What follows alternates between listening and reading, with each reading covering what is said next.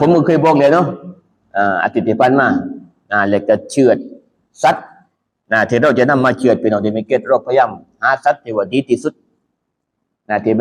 มันปลอดภัยจากสิฟัดความบกพร่องที่ไม่ให้ความสมบูรณ์ในการเชือดสัตว์อันนั้น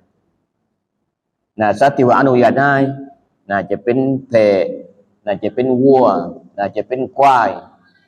หรือว่าจะเป็นอูฐบ้านเราไม่มีเพศนั้นแต่ว่าเป็นแพะก็อายุ2 ปีเข้าปีที่3วัวจิตเดียวกันควายจิตเดียวกันถ้าเป็น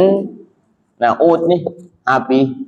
สมบูรณ์เข้าปีที่6แกก็สามารถเชือดได้อายุปีหนึ่ง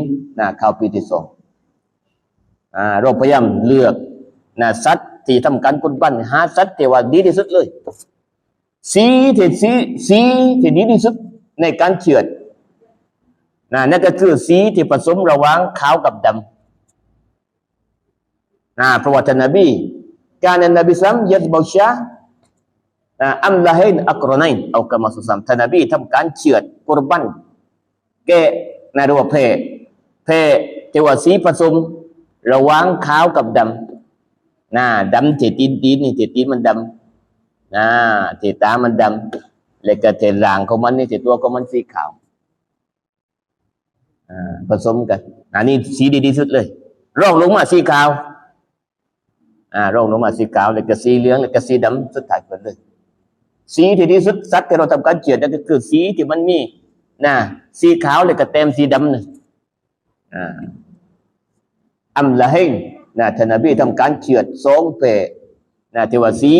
ขาวเต็มสีดำอักรนัยที่มีเขาทั้ง2 ตัวเอากรรมกอลศ็อลลัลลอฮุอะลัยฮิวะซัลลัมเราพยายามหาเนาะสัตว์ที่ว่าอะไรที่ไม่มีไอป์ที่มันสลามัตที่มันปลอดภัยจากสิ่งที่ว่าบกพร่องซึ่งเมื่อที่ผมเคยอ่านเรื่องหะดีษท่านนบีได้กล่าวว่าอัรบะอุนลาตะญูซุฟิลอัฎอฟิลดุฮายะ4 ประเภทสัตว์ด้วยกันที่ไม่อนุญาตให้ทำการเชือดถ้าหากว่าสัตว์ที่เราซื้อเนี่ยมีอยู่4 ลักษณะนี้ไม่ซกในการเชือดของเรา